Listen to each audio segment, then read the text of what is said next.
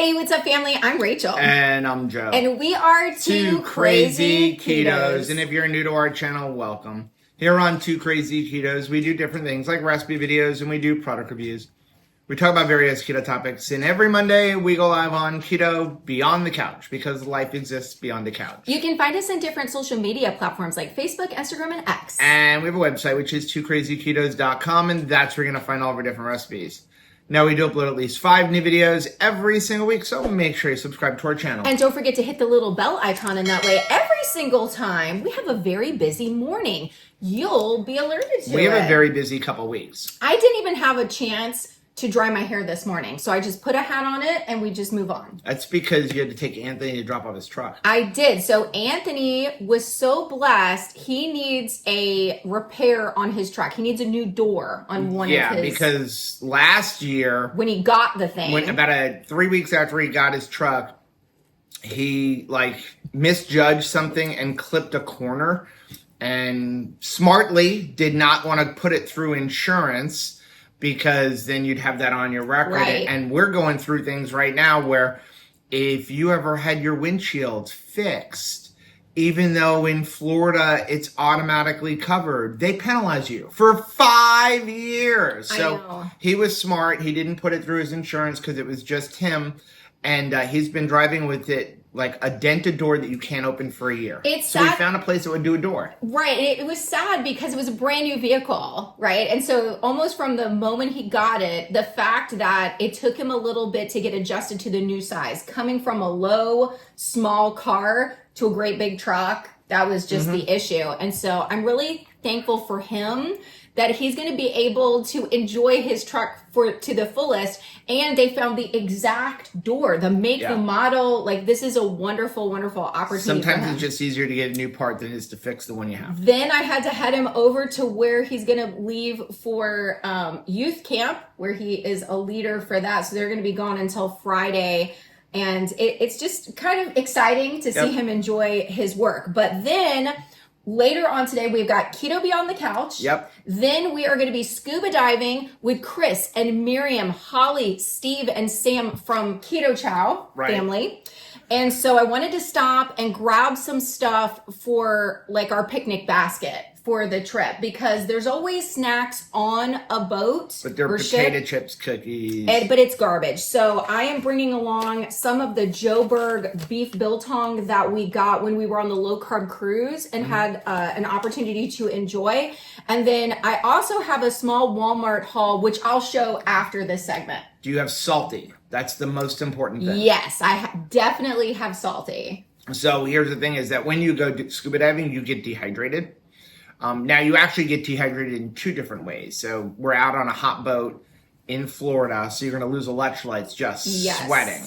Especially a bunch of Utah people who are not used to very different hot for them. But then when you are in the water, you are breathing dry, compressed air. So there's no moisture in it. So when you're up here on the surface, you're breathing the moisture that's in the air. When you're down below, there is no moisture in that. So that will dehydrate you when it comes to the liquid in your body. So whenever I go diving, I drink a salty on the way to the boat, and then I drink one in between my 2 dives. Now, you're not diving because you don't want to have 2 weeks of bad ear issues. Usually after a dive, I have a little bit of an ear adjustment. We're still working on that, yeah. So I need to wait and go under when there is not so much going on in the next 2 weeks. I don't want to listen to people but not be able to fully hear their story because my ears are jacked up. And I am rather do it this way because Rachel is still a newer diver and she clings to me, and I love that she clings to me. However, when I'm guiding a bunch of other people, I know that you're going to be like, I want you to pay attention to them. We had that once before. You're like, go pay attention to them. And I'm like, they're certified divers. You're my priority, and you don't like it when I do that because you want me to have everybody as a priority. Serve everyone else. So yeah, but Rachel's going to go on the boat. She's going to be what's called a bubble watcher. And that's cool because then you can kind of do like a couple little video clips or whatever. You can film us going in. Well, also I can work on some stuff that I need to work on in a much better like atmosphere. Talk about a beautiful office this morning is being able to read and do my weather work. report looks pretty good. Now today, the plan right now, we're scheduled to go to the SS Copenhagen, which is an actual wreck. It was an old coal mining ship or a coal transport ship that actually ran aground. And then it's actually a historical place because it was blown up by the U.S. Navy when the Germans were trying to use it to take out our ships. And then after that, we go to the nursery, which the nursery, a lot of people don't like the nursery because it's not deep. It's only 30 feet of water. So much to see though. Which is the hardest place to dive, 15 to 30 feet. You think that deeper is harder? No, deeper is easier because you don't have ear issues. You've learned that. It's just getting over the mental part of it. But the nursery is probably one of the most gorgeous places to dive because it's a reef in 15 to 30 feet of water with lots of fish and nurse sharks and lots of lobsters, but it's not lobster season. And then I am bringing my mini spear gun. Oh my This is my mini gun. Are we hoping to have some seafood tonight? Well, I'm hoping you can't come in the water and you're the only other person that has a license. But I'm hoping to get a hogfish. Oh, I would love that. Be nice. But I can only get one a day. That's why I need you with me. If you were in the water, we could get two. But yeah, this isn't going to get like big snappers or anything like that, but it would get a hogfish. I have a big longer one, but you're not going to see any big game fish in 30 feet of water. So we're going to bring this. For lionfish too? I might bring my lionfish gear. Again, that will probably get that on the next ones. Now, like I said, the plan is that those dives, but some of it's going to depend on who the captain is. Yeah. When I get to the boat, there's this awesome lady named Tiffany who runs the dive shop boat, the boat area. And I always ask her, like, who's the captain? And a lot of times I judge my dives based on who the captain is as well as where we're going because I know certain captains are better than others. Especially when I'm going with a large group. What are you looking for? The other option would be the Okinawa, which we're supposed to dive tomorrow. What are you looking for in a captain? Someone who knows the area very well, which all of our captains know the area very well. Some of them are better because they've been around for a long time. So like modern day, we have GPS and they can literally look on their phone and see exactly where we are on the reef. That's pretty neat. You have somebody like Hugh, who is my instructor trainer, and he's runs the dive shop. The map is probably here. He was a boat captain before we had GPS and the phones and stuff. So he literally could put you on top of the reef without any of that. He can look even at the landscape of the shore and know, okay, we're here at this one, and then he can literally just look at the shore and get a good idea of where we are, and he can always drop you on the reef. So better captains will drop me right where I want to go. Then I do a lot of what's called solo diving, which is dangerous. So don't do solo diving unless you're certified for it and train well for it. You have to have a lot of redundancy, like backup tanks and backup mask and backup like I have a lot. Wisdom. 3 computers.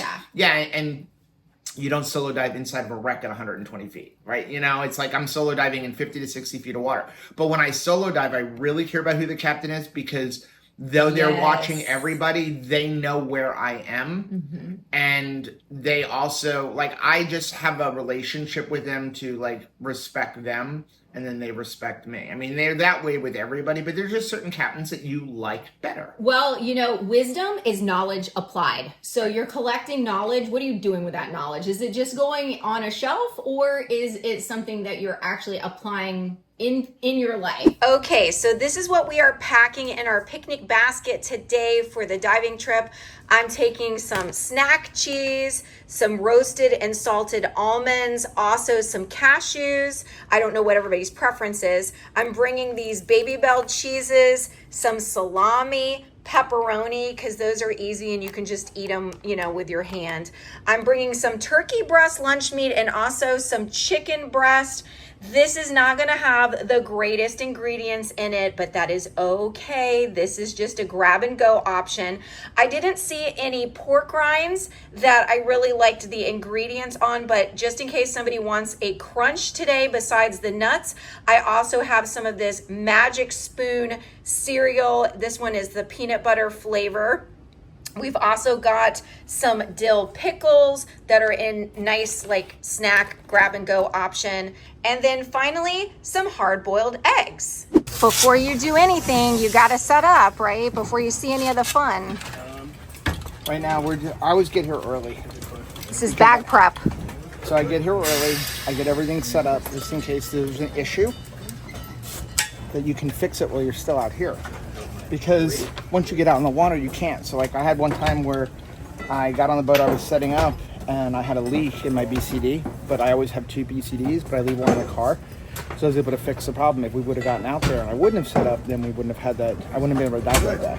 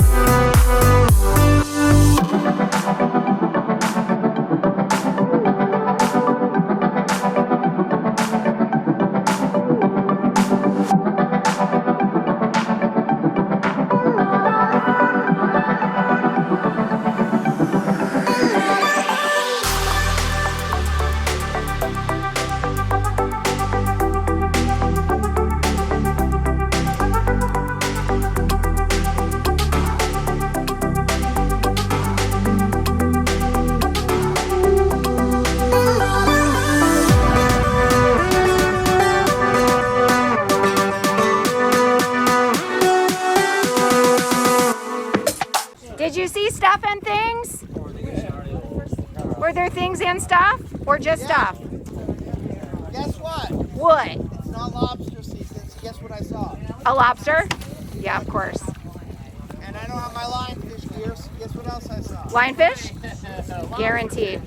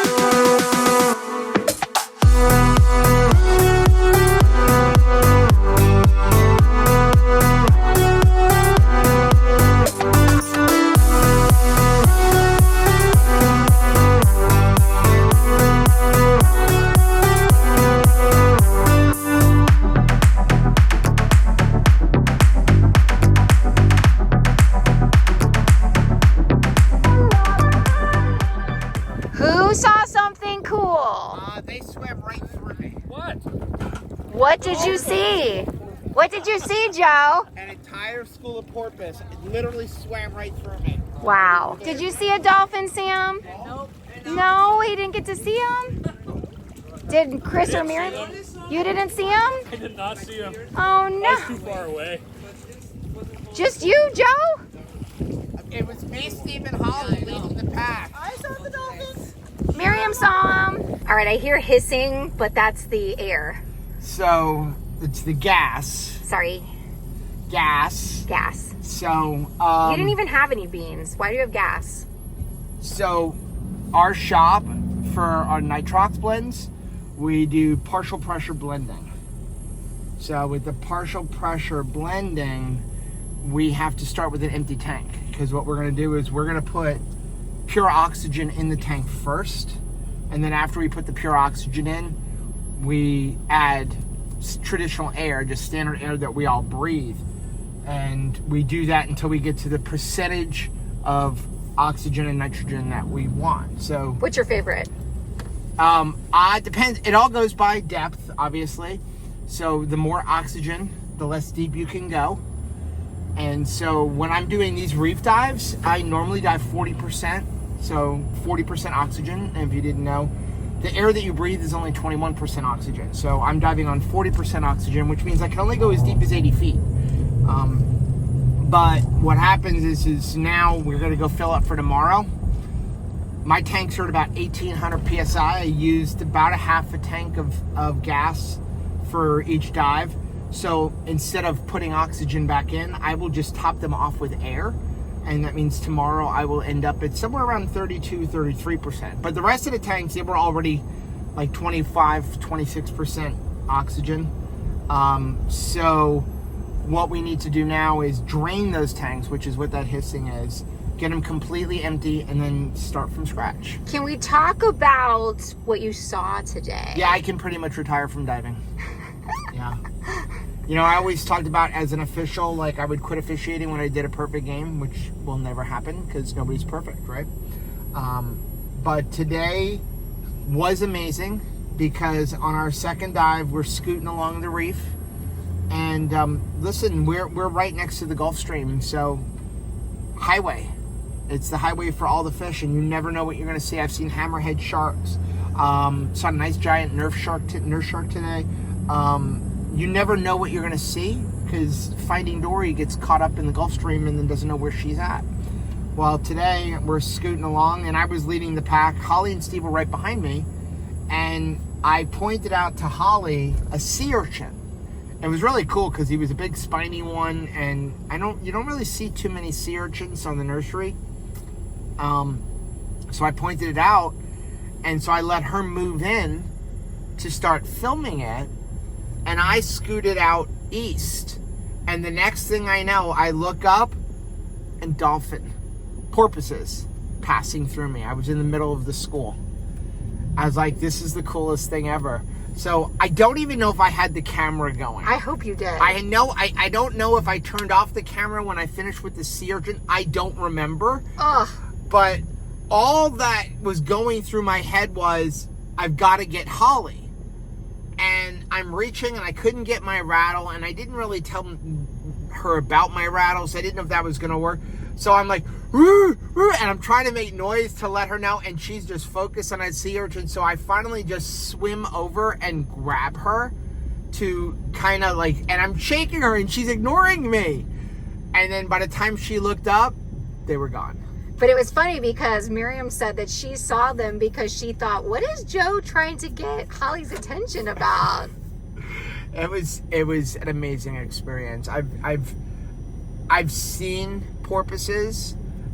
We've been on the boat a couple times with porpoises, but I've never literally been in the water where they were just swimming around me, other than we went to SeaWorld. But that's the beautiful thing about scuba diving, because you don't know what you're going to see, and nothing bothers you underwater. You just don't know. People talk about, like, I want to go shark diving where they feed the shark. To me, you know what you're going to see. Diving is all about the unknown. It's much more fun to come across a shark or come across dolphin than just be put in the water where they're trained to be there with you. I am not even doing my hair. It's still wet and we're going like this. So we got back from the dives this morning. Fun time. Good day. We were supposed to do the Okinawa wreck, and the current was pretty strong. I'm actually glad. So usually we do a wreck and then a reef, but when we got out to the wreck, there was already a dive boat on the wreck. So the captain said we were going to go do the reef first, which was a good thing because the current was pretty strong, and the wreck's just no fun in current. No. So we did 2 reef dives, and we went to on a deeper section and had a great set of dives, and we went back, filled up all the tanks. Takes a while when you got to fill up 12 tanks. Yes, and, that is a lot. And it's some functional fitness. Every time we are carrying the tanks, me and Miriam and Chris are all saying, like, it's functional fitness right now. That's right. So you don't have to go lift a bunch of weight because you're just lugging a bunch of tanks. Well, and you lift a bunch of weight so that you can do things like lift your tanks when you need to. That's right. So now we went home. We had to go pick up Anthony's car from getting the door fixed, and now we just came over to the house that Chris and Miriam are all staying in, and we are going to go get our wings on. Let's get some Buffalo Wild Wings because it's Tuesday. It's been a while since we've had Buffalo Wild Wings in a Buffalo Wild Wings. We generally only do it if we are hanging out with Chris and Miriam. Yes. Because we usually just get it and bring it home. This is a nice thing for us to get, and the buy one, get one just makes it super doable. But here's what I'm going to do. So we have a whole video on Buffalo Wild Wings and what are the best sauces to get, the lowest carb sauces to get. We'll leave a link for that up here. The biggest problem with the sauces, the best thing, by the way, would be to get the dry rubs. Right. Which they do have maltodextrin in the dry rub, but it's a tiny amount. So there's the best sauces usually would be the medium sauce because you've got the oil like and then the Frank's Red Hot, but they're using canola oil. So they fry them in tallow, So but then close. the sauces are all in like canola oil. So I'm gonna sneak this in. So where's your mom purse? I did not bring a mom purse, so now it's going in one of your dad cargo short pockets. We're here at Buffalo Wild Wings, and we each got 30 wings. I have Chipotle barbecue as well as buffalo. What did you guys see? A lot of lobster because it's not lobster season. But of cows. I would have limited out. All right, guys, watch your head here. Watch your head.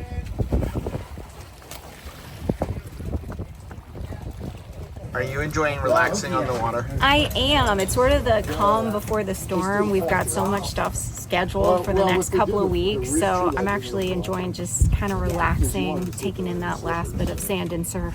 Are you gonna miss us? So much. That'll be that. So much. Still worth it to have a farm? I know. I was Worth it. I got you dinner. What'd you get me? Lionfish. A nice size one, too. He's a pretty decent sized one, and Brad actually dropped us right on top of him. That's what happens when you have a perfect captain. Yeah, I right saw him. He's like, there's Rachel's dinner. So, okay, we've got a lionfish, so now we need to clean it, and that's what we're gonna eat for dinner. Okay, safety first. Even though when I was underwater, I started snipping everything off, but we had a bad current. So first thing we're gonna do is we're going to remove all these spines.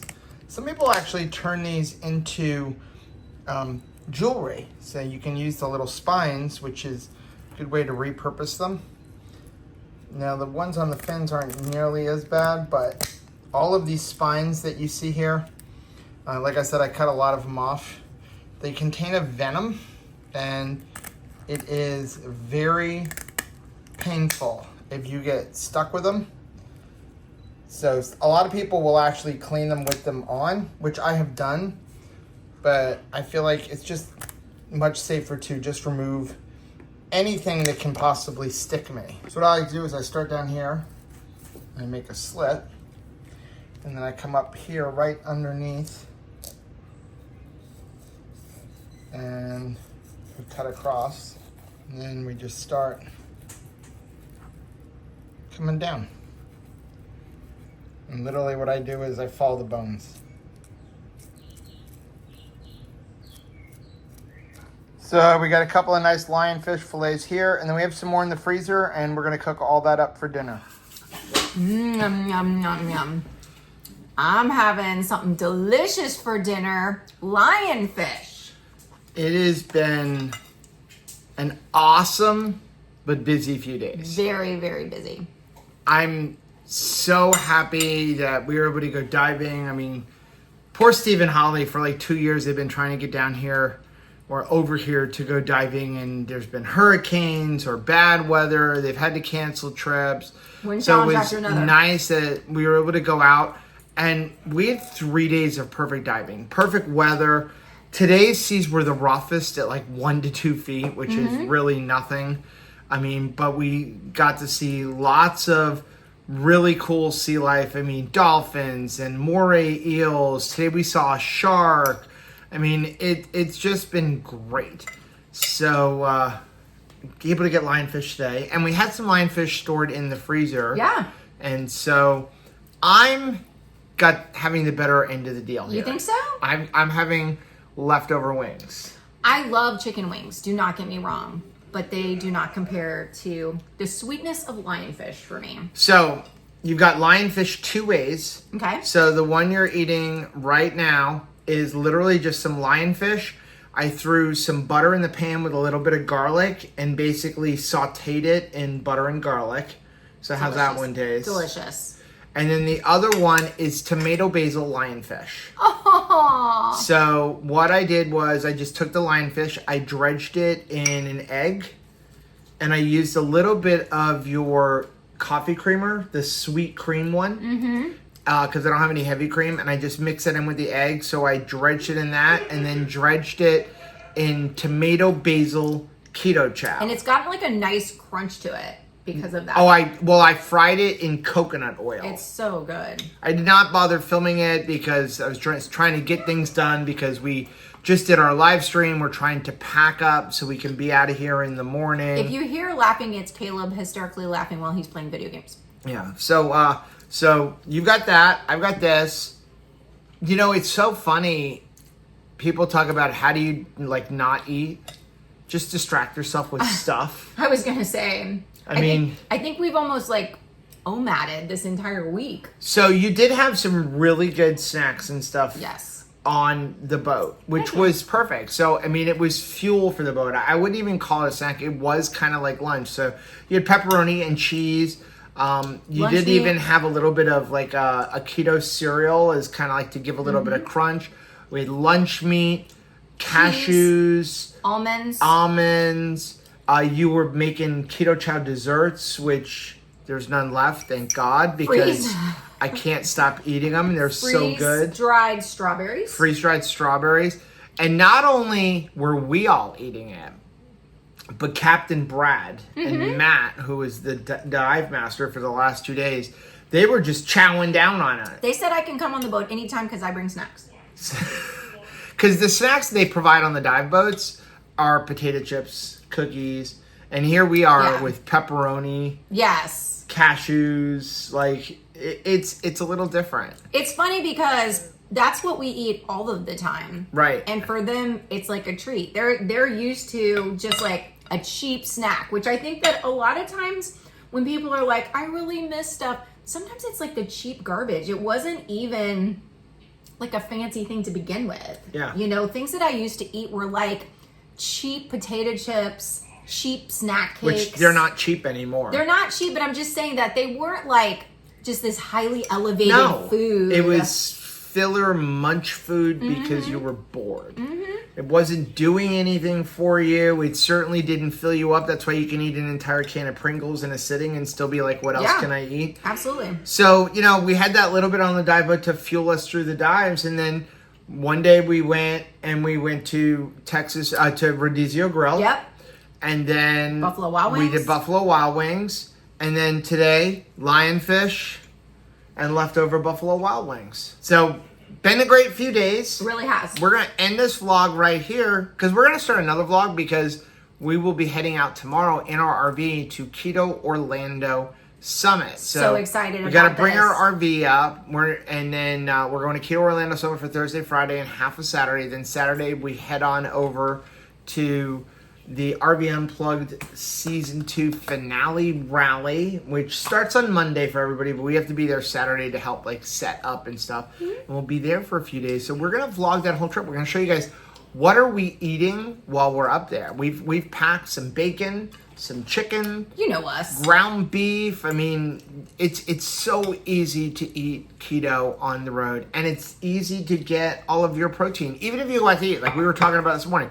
That's like a couple of 100 grams of protein. Right. I mean, 10 wings, that's more than 100 grams of protein. So when you say like, hey, I really can't get 100 grams of protein, 10 wings over the course of an entire day, that's 100 grams of protein. It's worth exploring, like, what is your favorite food? What's your favorite animal-based protein? And then just see about, like, how much would you need to make 100 grams? And you put together a whole list of how to get 100 grams of protein. You linked it on Mighty Network, so we'll leave a link for that post down below in the description. Now, if you like seeing videos like this, take a look at some of the videos we have linked right over there. Also, make sure you take a look at the most recent video that we put right over here. But whether you head this way or you head this way, don't forget to head this way. Subscribe to our channel and click the little bell icon, and that way every single time we have lionfish, you'll be alerted to. Till next time. Bye.